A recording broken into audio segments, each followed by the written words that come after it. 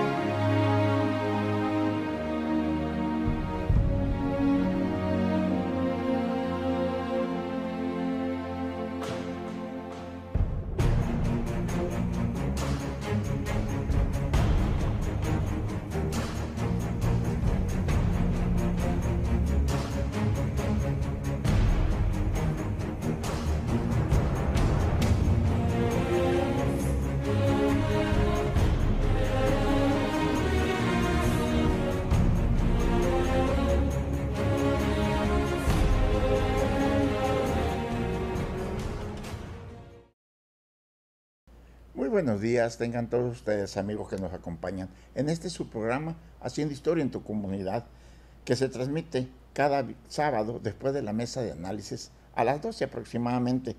También después del tema del día a las 2:30 todos los miércoles.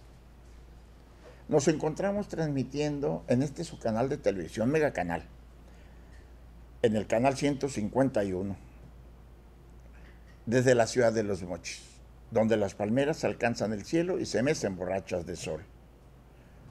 También es la puerta de entrada del Cañón del Cobre de la Sierra de Chihuahua y la ciudad más progresista del noroeste de la República Mexicana.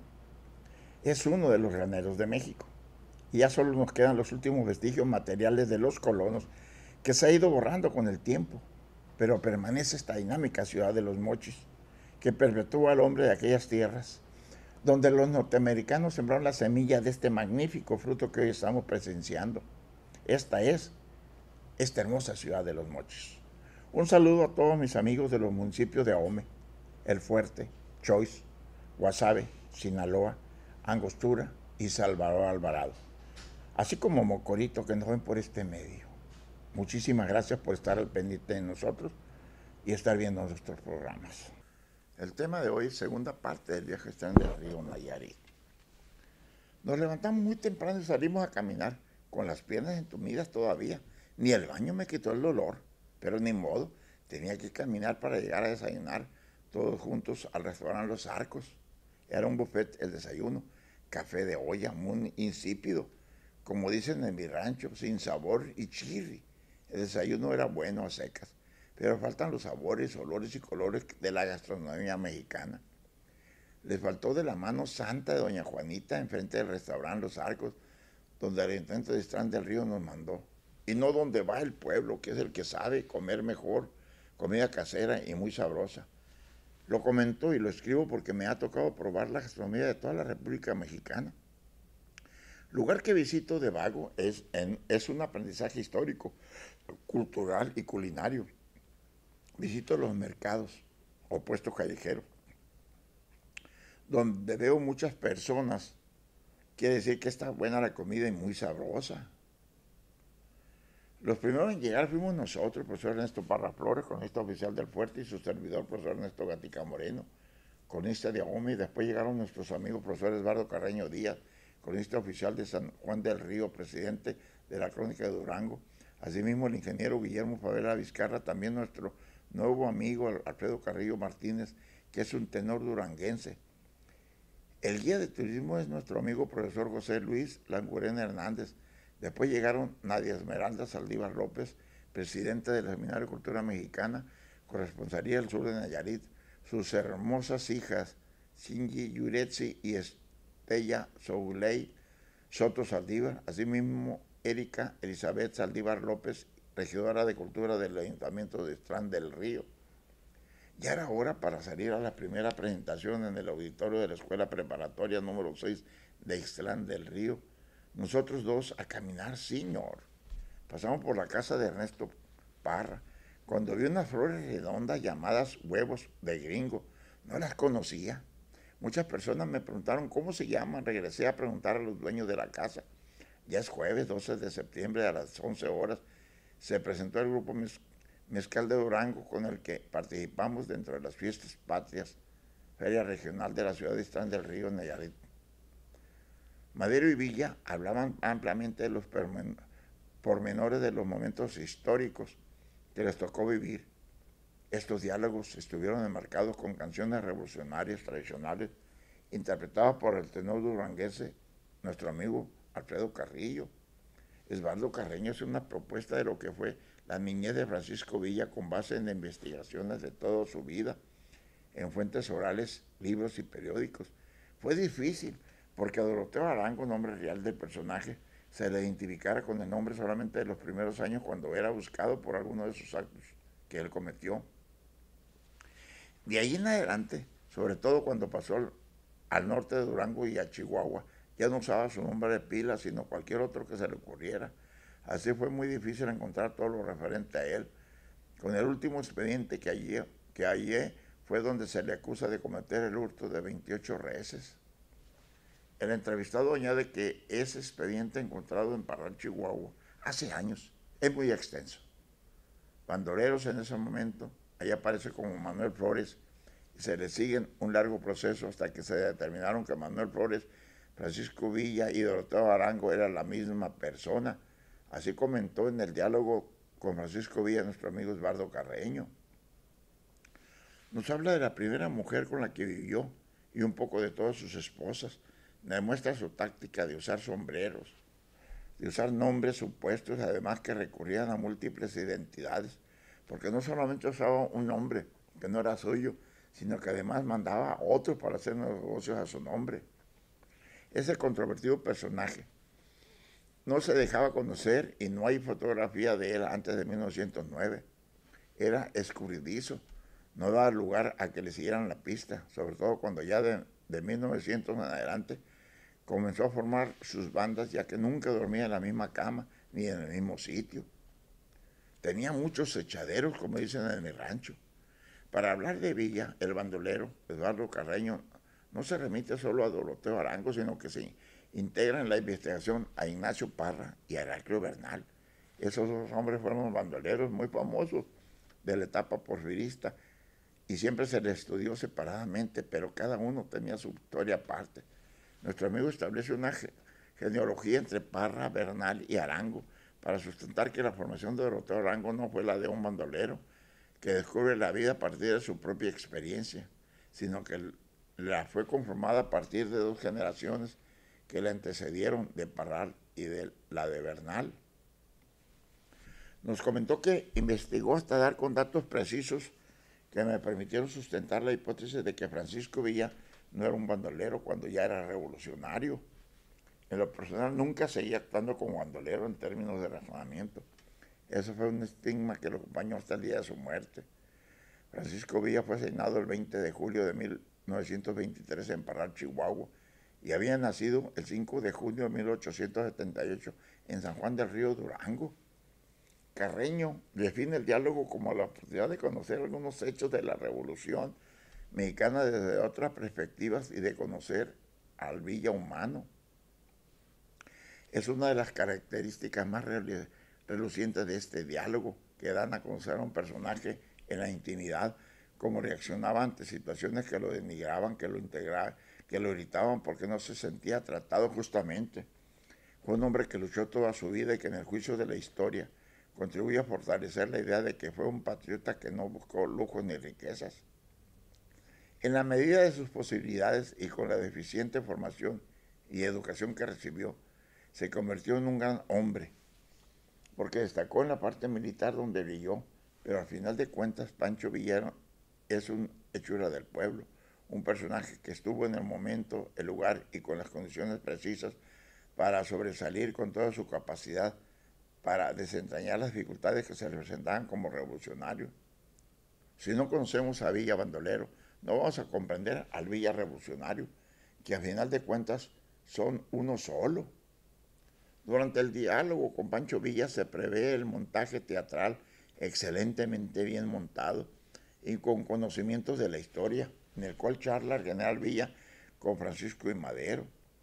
José Doroteo Arango Arámbula, también llamado Francisco Villa, nació en el rancho del Río Grande, ahora conocido como La Coyotada, cerca de un pueblo llamado San Juan del Río, del municipio del mismo nombre en el estado de Durango. Sus padres fueron Agustín Arango y María Micaela Arámbula, ambos mestizos, de origen muy humilde. Eran hijos de peones incultos y él tampoco fue nunca a la escuela, aunque sí aprendió a leer y a escribir, promoviendo el desarrollo escolar en México. Tuvo una infeliz niñez y una conducta muy rebelde. En la adolescencia fue leñador, agricultor, comerciante y bandido antes de hacerse militar revolucionario. Revolucionario mexicano que lideró junto con Emiliano Zapata al sector agrario de la Revolución Mexicana, campesino pobre con una escasa formación cuando estalló la Revolución de 1910. Lleva ya muchos años fugitivo en las montañas a causa de un asesinato dedicado al bandolerismo, gozaba de admiración y popularidad entre los campesinos por sus acciones contra los hacendados ricos. Pancho Villa secundó de inmediato los planteamientos de Francisco I. Madero, que en su plan de San Luis llamó a alzarse en armas el 20 de noviembre de 1910 contra el régimen de Porfirio Díaz, prometiendo a los campesinos la devolución de las tierras injustamente arrebatadas durante la prolongada dictadura porfirista 1876-1911, que había reprimido durante toda oposición política apoderado del Centauro del Norte con sus correccionarios. Pancho Villa contribuyó con su ejercicio el rápido triunfo de la revolución, que en apenas 6 meses logró expulsar del poder y del país a Porfirio Díaz en 1911. Pese a la tibieza de sus reformas, Pancho Villa apoyó la presidencia progresista de Madero de 1911 a 1913 y combatió luego la dictadura contrarrevolucionaria de Victoriano Huerta en 1913-1914, al que logró derrocar en colaboración con Emiliano Zapata y con el líder constitucionalista Venustiano Carranza. Pero después de la victoria de esta segunda revolución, Villa y Zapata se sintieron defraudados por Carranza y volvieron a tomar las armas, ahora contra él. Esta vez la suerte militar no estuvo de su parte. En 1915 el general carrancista Álvaro Obregón derrotó a los villistas, afianzando a Venustiano Carranza en la presidencia de 1915 a 1920. Perdido desde entonces su poder político y militar, Villa fue asesinado en 1923.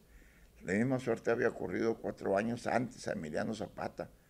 Pese a la injusticia de sus reivindicaciones, se calcula que en 1910 1 millar de terratenientes daban empleo a 3 millones de campesinos sin tierras. Ni siquiera sus ideales sobrevivieron a su fracaso.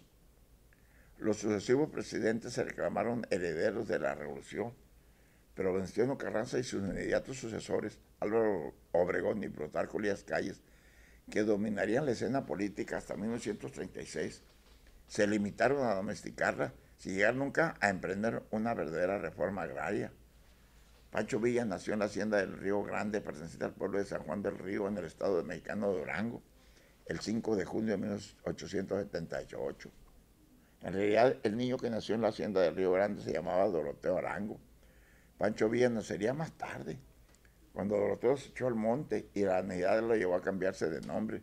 Su padre Agustín Arango murió pronto y la herencia que recibió su hijo, Doroteo, consistía en ser el máximo responsable de su familia, compuesta por su madre y 4 hermanos, 2 varones y 2 hembras, o 2 mujeres. De niño tuvo que trabajar duro, jamás fue a la escuela y nunca nadie se ocupó de educarlo. A los 16 años mató a un hombre.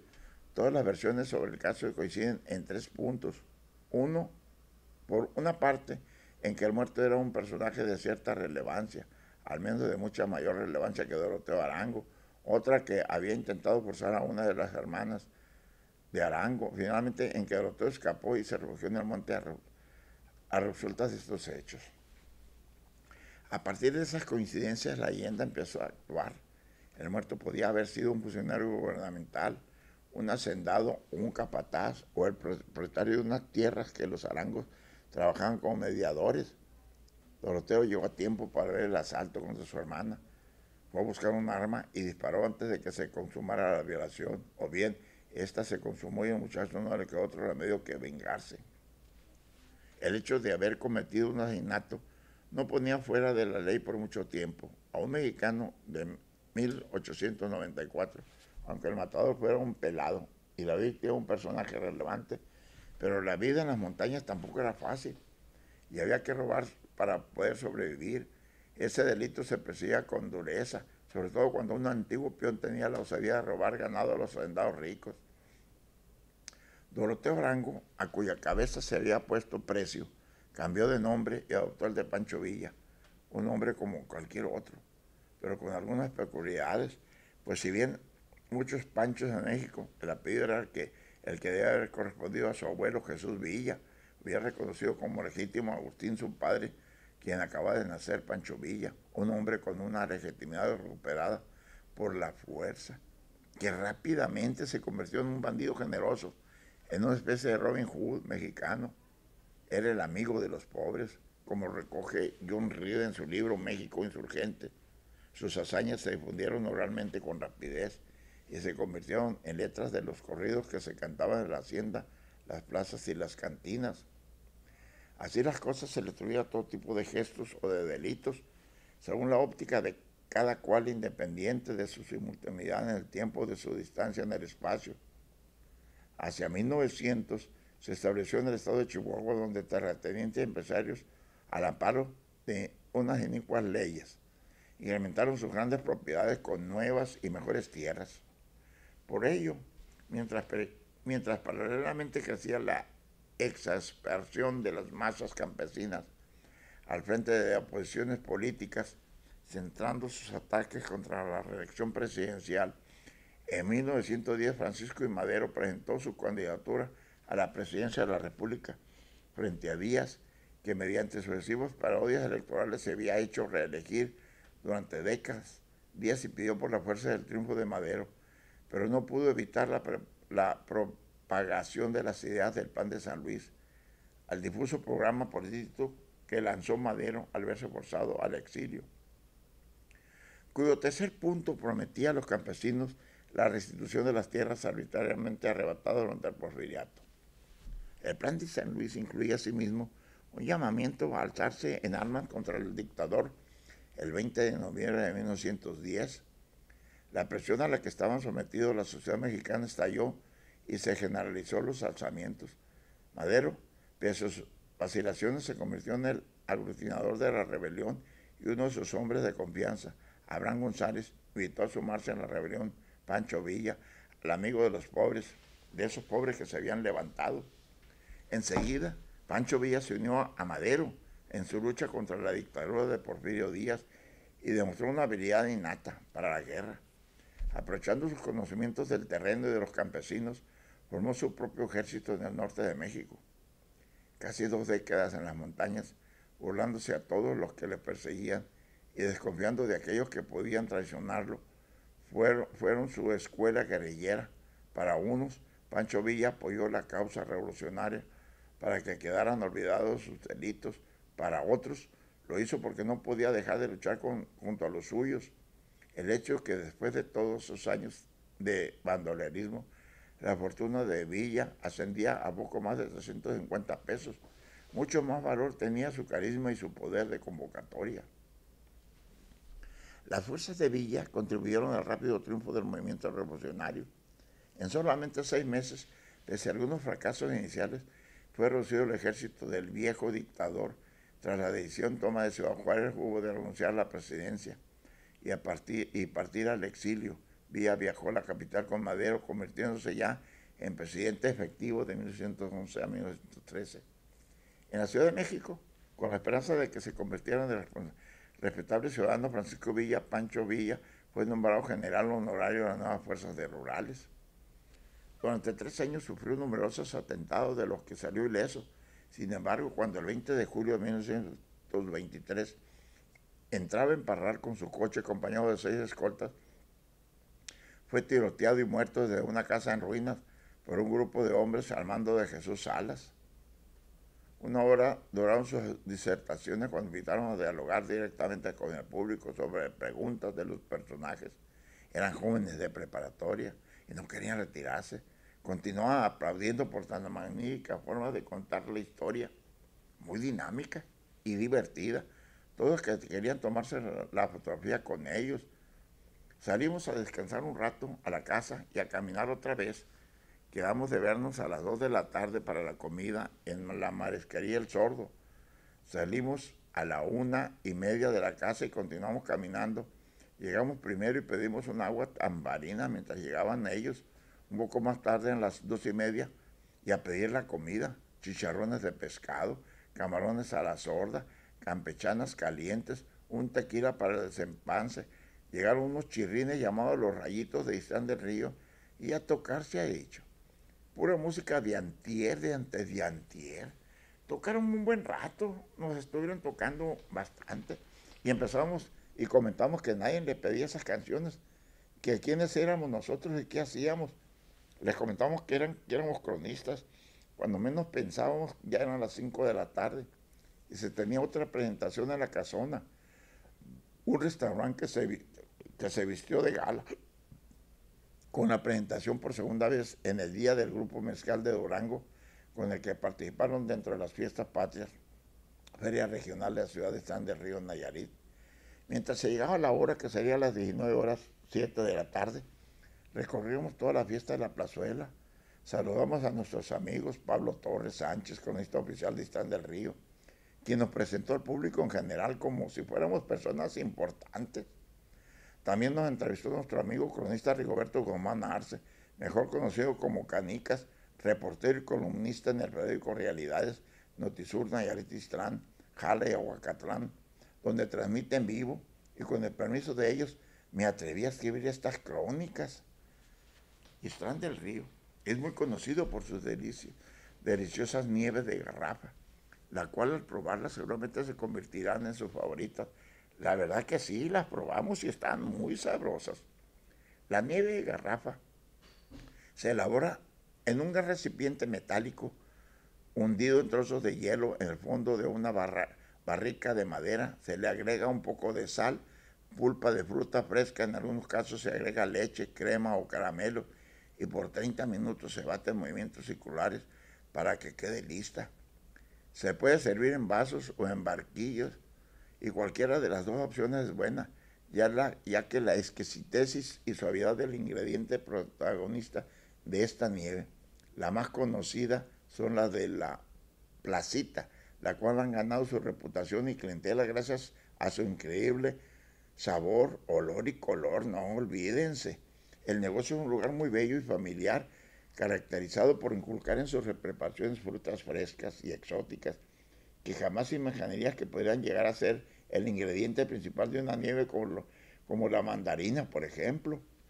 Entre sus deliciosos sabores puede encontrar yogur con leche, chocolate, campuchino, galletas Oreo, ciruela con nuez, frutas rojas, yogur con frutas, fresas, nuez, coco, vainilla, limón, mango, elote, entre otras muchas que poco a poco se van agregando a esa deliciosa lista de las nieves.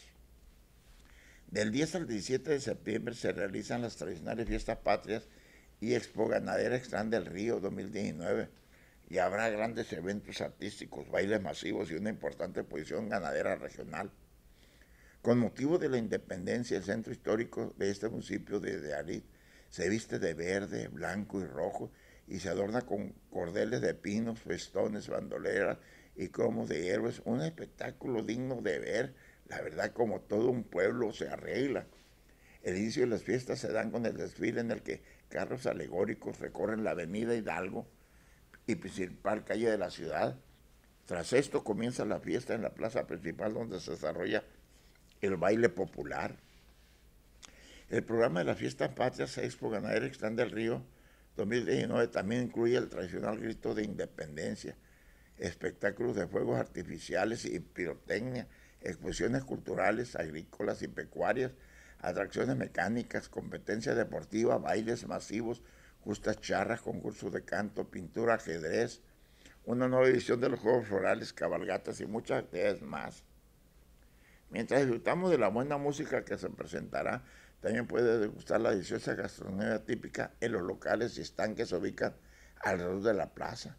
No deje de comer las enchiladas, las nieves de garrafa, los tacos y otros tantos platillos más hechos por el sabor inigualable de esas manos hermosas de Islán del Río.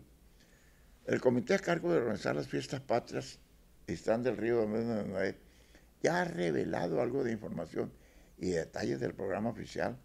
y los artistas que estarán invitados. Por esto te invitamos a que estés pendiente de nuestra actualización porque estaremos compartiendo contigo esta parte. El municipio de Distrán del Río, presidido por el Movimiento Ciudadano, a través de Juan Parra, hizo aparición en la máxima fiesta de los Nayaritas, para dar a conocer lo que realizan en materia de cultura y expresiones artísticas, con la participación de danzas autóctonas, así como un performance de danzas contemporáneas y ballet folclórico o clásico, el que dibujaremos la expresión de los jóvenes a través de los diferentes ritmos, emociones y sensaciones. Al final de la muestra artística se lleva a cabo la muestra gastronómica. Ay, cuidado, las autoridades dieron un poquito de lo mucho que este municipio ofrece al turista, aunque hizo falta el pollo de la picha que tanto nos gusta y algunas otras comidas que les continuaré platicando en la próxima escrito. Esta crónica ya se termina. Muchísimas gracias por su atención y nos vemos el próximo sábado.